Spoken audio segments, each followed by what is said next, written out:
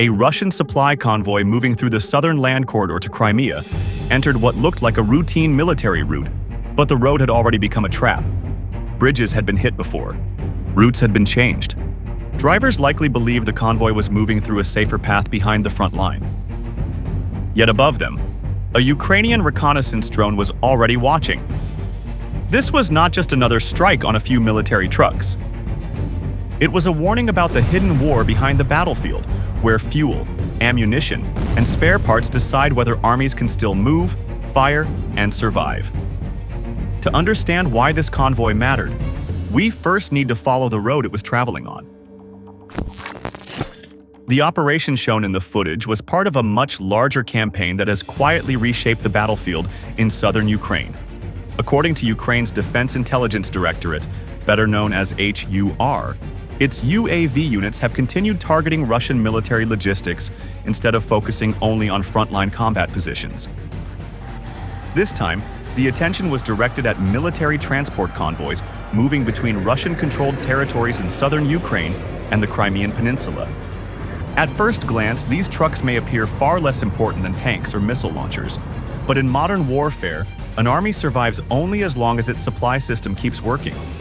Every convoy that reaches the front delivers the fuel, ammunition, equipment, and replacement parts needed to keep combat units operating day after day. That mission also highlights what makes HUR different from many Ukrainian drone teams working closer to the front. While frontline operators often provide immediate support for infantry by attacking nearby vehicles or defensive positions, HUR carries out intelligence-led operations designed to strike much deeper inside Russia's military support network.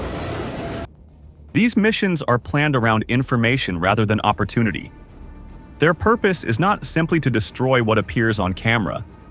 Instead, they aim to identify the points where Russia's entire military system becomes most vulnerable.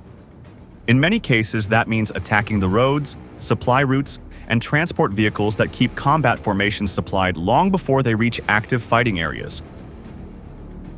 This strategy reflects an important reality that military planners have understood for generations. Winning a battle is not only about the number of soldiers or armored vehicles on the front line, it also depends on whether those forces receive everything they need to continue fighting. A tank without fuel cannot move. Artillery without shells cannot provide fire support. Damaged vehicles cannot return to combat if spare parts never arrive. Even experienced soldiers lose their effectiveness when food, medical supplies, or communication equipment fail to reach them on time. That is why logistics has always been described as the backbone of every army, even if it receives far less attention than dramatic battlefield footage. To understand why this particular convoy mattered, it is important to look at the map of southern Ukraine.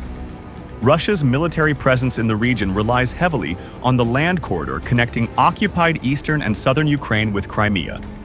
Since the beginning of the full-scale war, this route has become one of Moscow's most valuable transportation networks. It links supply depots, railway connections, repair facilities, and military headquarters before sending equipment toward combat zones in Kherson and Zaporizhzhia. Crimea itself is far more than a political symbol.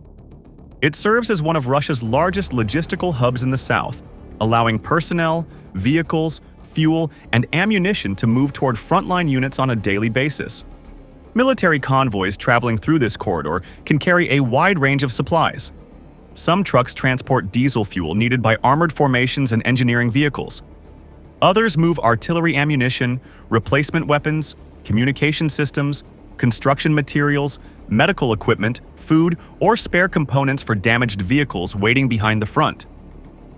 None of these cargoes creates dramatic headlines by themselves. However, together, they determine whether military operations continue smoothly or begin to slow down. A successful delivery may support several different units at once, while one interrupted mission can delay many activities planned farther ahead. The footage released by HUR should therefore be viewed within a much broader military picture. Ukraine is not attempting to destroy every Russian vehicle traveling through southern Ukraine. Instead, Kyiv appears to be increasing the overall cost of maintaining Russia's occupation system. Every convoy now faces a greater risk of being detected from the air. Every road may already be under surveillance before drivers even realize they have entered a dangerous area. As a result, Russian commanders must spend more time planning routes, assigning escorts, changing schedules, and protecting transport columns that once traveled with much greater confidence. Those defensive measures also create new challenges for Russia. Longer routes consume additional fuel before supplies even reach the battlefield. More escort vehicles tie up soldiers and equipment that could otherwise support combat operations. Smaller convoys reduce the damage caused by a single strike, but they also carry fewer supplies with each trip, forcing more journeys along the same threatened roads. Over time, these adjustments increase pressure on the entire logistics network without requiring Ukraine to destroy large numbers of vehicles in a single operation. This gradual pressure appears to be one of Kiev's main objectives. Rather than concentrating only on direct clashes at the front, Ukraine is steadily turning Russia's rear area into another battlefield where movement itself becomes increasingly dangerous. The farther supplies must travel under constant aerial surveillance, the more difficult it becomes to sustain military operations at the same pace. But the convoy did not become vulnerable by accident. Before the strike came the most important part of the operation: finding it, tracking it, and waiting for the right moment. The strike itself began long before the first explosion appeared on camera, because modern drone operations depend far more on information than on firepower alone. According to the sequence described by Ukraine's Defense Intelligence Directorate, the mission started when a reconnaissance UAV located a Russian military convoy moving along the land corridor connecting occupied territories with Crimea. At that moment, the objective was not to attack immediately. The first priority was to understand exactly what had been found. Every successful operation begins with accurate observation, because destroying the wrong target wastes valuable resources and reveals the presence of Ukrainian drones without achieving a meaningful result. Once the convoy was detected, the surveillance drone remained overhead and continued following its movement.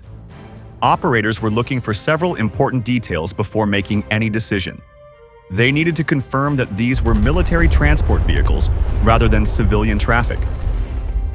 They watched the convoy's direction of travel, estimated its speed, observed the spacing between trucks, and looked for escort vehicles that might indicate the cargo had strategic value. They also studied the road ahead, searching for places where the convoy would have fewer options to change direction or quickly leave the area. Every minute spent gathering information increased the chance that the strike would succeed. Planners often describe this process with 4 simple words: detect, track, confirm, and strike. Those 4 steps may sound straightforward, but together they form one of the most important principles of modern warfare. Detection answers the first question: is there a target? Tracking answers the second: where is it going? Confirmation determines whether the target is worth attacking. Only after those questions have been answered does the final step begin. This sequence helps explain why the attack shown in the footage was not a sudden opportunity but the result of careful coordination between reconnaissance and strike units working toward the same objective.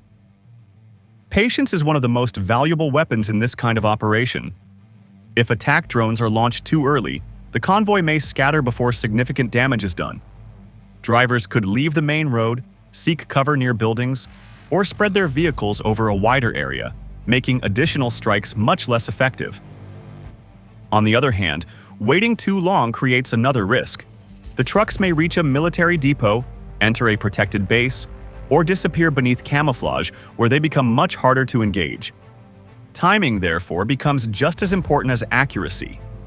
The ideal moment comes when the convoy is fully exposed, traveling together, and unable to escape quickly if the attack begins. This is where reconnaissance and strike drones work as a single system. The surveillance UAV acts as the eyes in the sky, providing continuous updates while keeping the convoy under observation. Attack drones become the weapon that follows. Their role is not to search across large areas, but to move toward a target that has already been identified and monitored. By combining these 2 capabilities, Ukraine can transform an ordinary stretch of highway far behind the front line into a battlefield without placing soldiers directly in harm's way.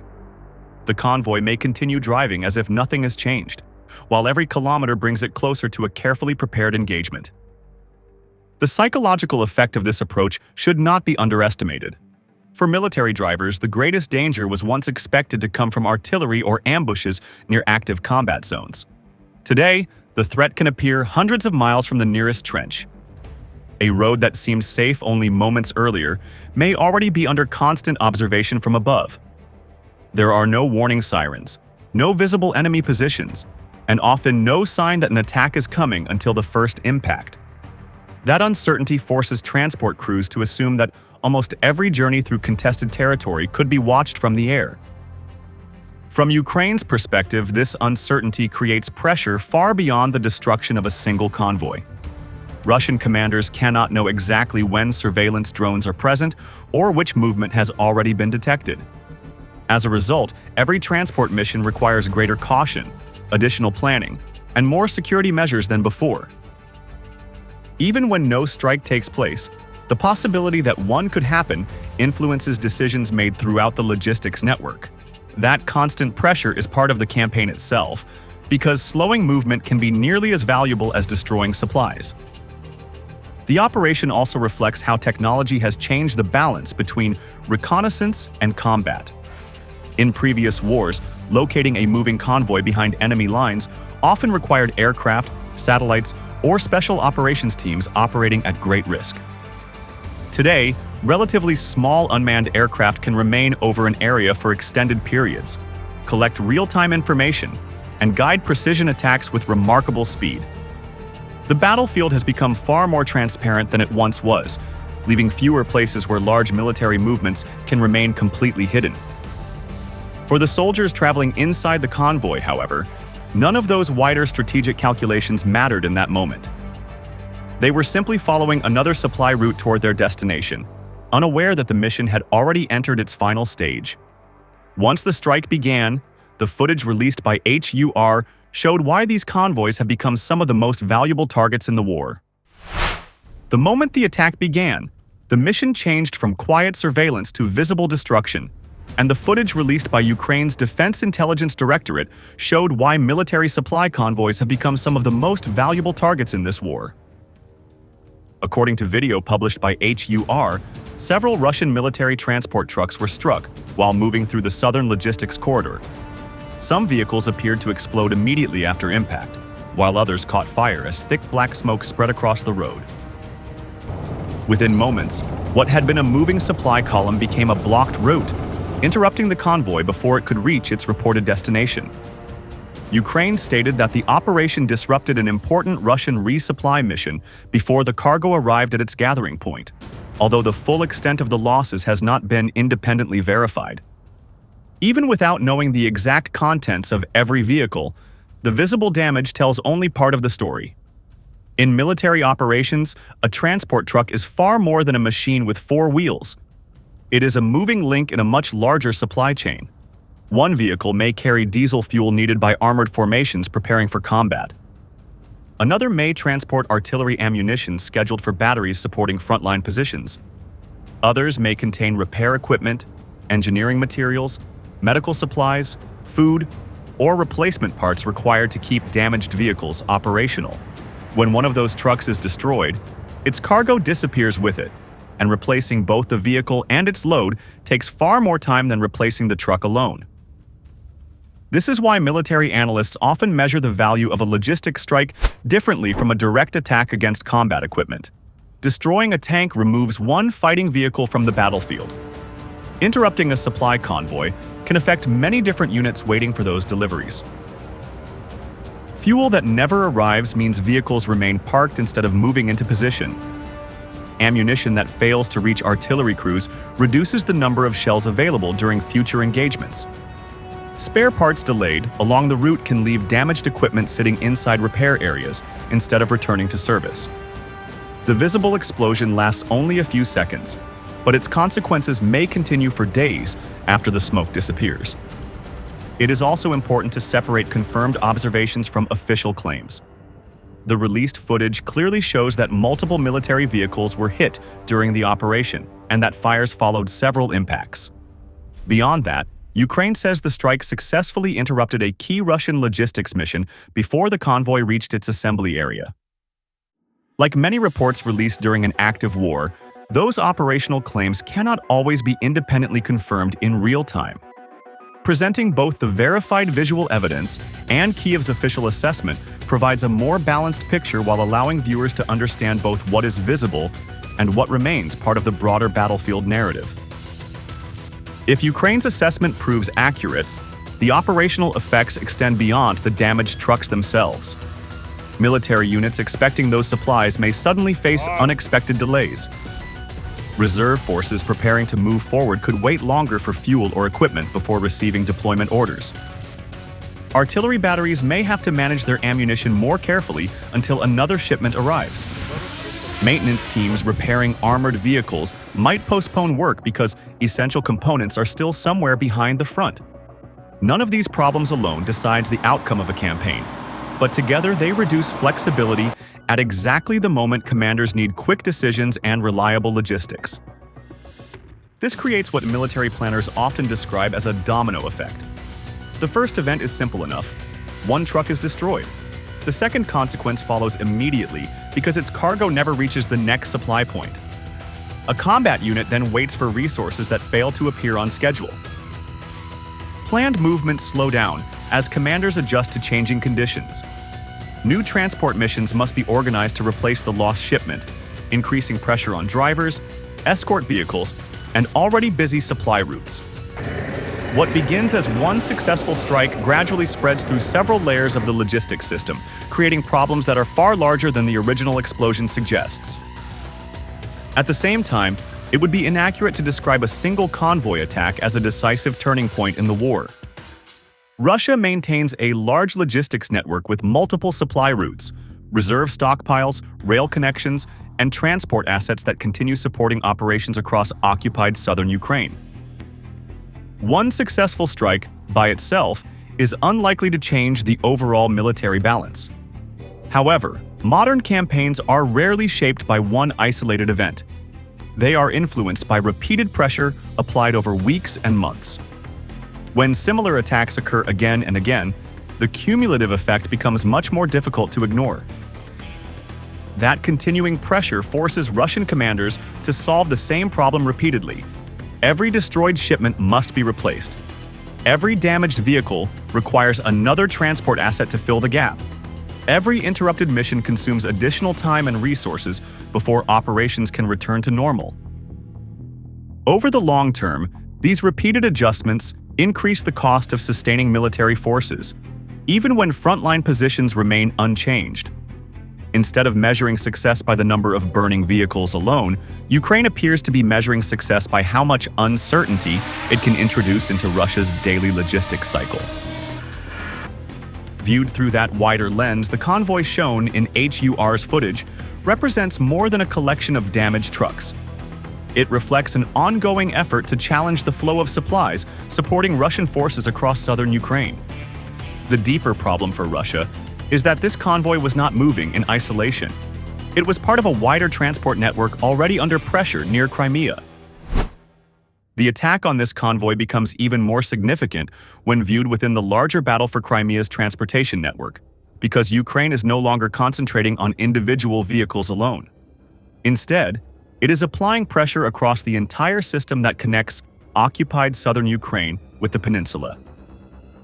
According to Ukrainian reporting, some of the targeted vehicles were believed to be moving through areas near Chongar, including temporary crossings and alternative transport routes that Russia has increasingly relied upon after repeated attacks on permanent bridge connections.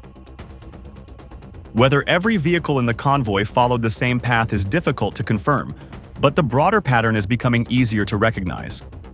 Ukraine is expanding its campaign from isolated targets to the roads and crossings that keep Russia's southern military structure functioning. For American viewers unfamiliar with the geography, Chongar is much more than a small point on the map. It is one of the main gateways linking Crimea with occupied territory to the north. For years, military supplies, civilian traffic, and commercial transport have passed through this area because it offers one of the shortest and most direct connections between the peninsula and southern Ukraine. During the war, that same location has become strategically important because every truck carrying fuel, ammunition, replacement equipment, or personnel toward the front benefits from a reliable crossing. If movement through Chongar becomes dangerous or unreliable, the effects are felt far beyond a single road. That explains why bridges receive so much attention during modern conflicts. A bridge is not valuable simply because it allows vehicles to cross a river or narrow body of water. It is valuable because it concentrates movement into a predictable location. Military planners often describe these places as choke points, where many vehicles must pass through the same narrow corridor, regardless of how large the surrounding area may be. Once a choke point is damaged, monitored, or placed under constant threat, every convoy approaching it must reconsider its route. That creates delays before a single shot is fired. Russia has already faced this challenge several times during the war. After repeated Ukrainian attacks against transport infrastructure linking Crimea with occupied territory, Russian forces have been forced to adjust the way supplies move south. In some areas, traffic has reportedly shifted toward temporary crossings, including pontoon bridges designed to restore movement after permanent structures became unsafe or unavailable. Elsewhere, convoys have been redirected onto alternative highways that avoid previously targeted locations. These changes help keep supplies flowing, but they also introduce new problems because temporary solutions rarely offer the same speed or capacity as established infrastructure. The names Chongar, Henichesk, and Armyansk have therefore become much more than geographical references. Together they form key parts of the transportation web connecting Crimea with Russian military forces operating across southern Ukraine. Supplies entering or leaving the peninsula often move through one or more of these corridors before continuing toward units deployed in Kherson or Zaporizhia. If pressure increases at one location, additional traffic usually shifts toward another route, creating heavier use elsewhere. That means disruption at a single crossing can affect movement across a much wider network. Roads and railways each play different but equally important roles inside that system. Rail transport remains the fastest and most efficient way to move heavy equipment, large quantities of ammunition, fuel, and armored vehicles over long distances. One train can carry the equivalent of many truck convoys while using fewer personnel. The disadvantage is that railway lines cannot easily change direction.